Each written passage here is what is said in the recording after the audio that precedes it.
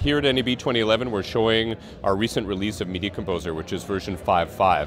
And it builds on the version 5 release that we made announcements of last NAB 2010.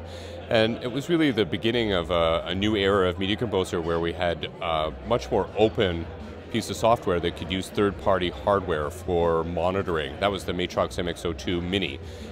With 5.5, we've taken that another step further and added support for the AGA I/O Express.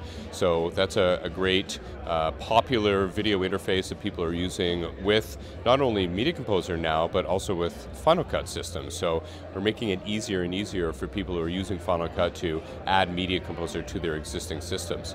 That brings me to some pretty exciting news that we've just announced today, the Sunday before NAB opens, which is that we're offering a very aggressive promotion for anyone using Final Cut. They can upgrade to Media Composer 5.5 for $995. So that's a pretty exciting offer that we're making, and that'll run until June 17th. So you could check out our Avid website and find out more about that, or talk to a reseller, and that's a really great offer.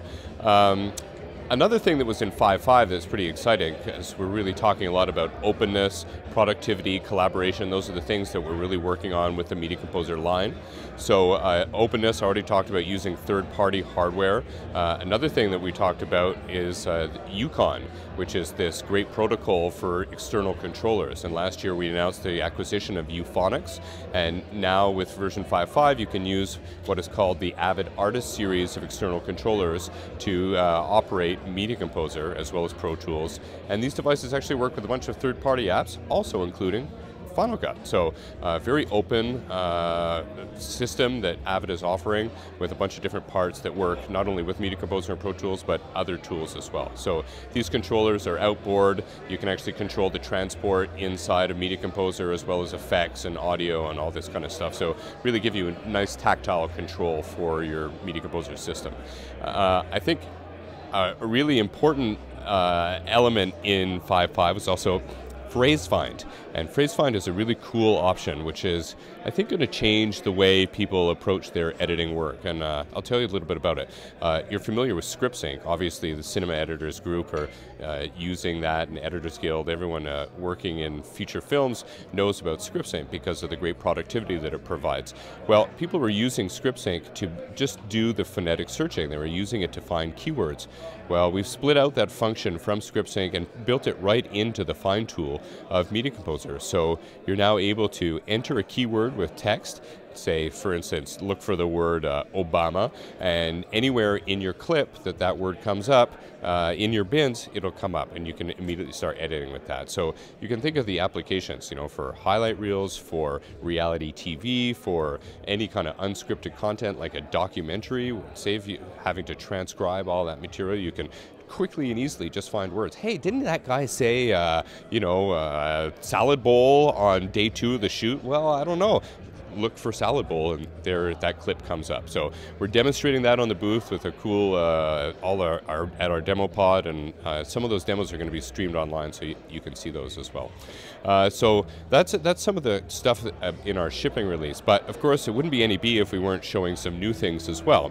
And I think that, obviously in Hollywood and around the world, people's imaginations have been captured by the stereoscopic filmmaking trend and all the different content that's being developed for stereoscopic projection.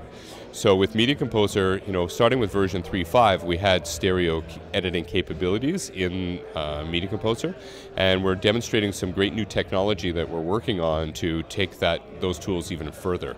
So some great convergence tools that we're working on, some 3D titling capabilities, a bunch of technology that we're working on that, we're trying to see if there's when we'll get it released, but we're showing it here on the booth to really let people have a preview of this great technology, see if what the reactions are. So that's pretty exciting and definitely worth coming by to check out. So I think that's what people are really interested in professional editing these days, is getting a lot more done. Phrase Find really helps that, and it's something that we're pretty excited about.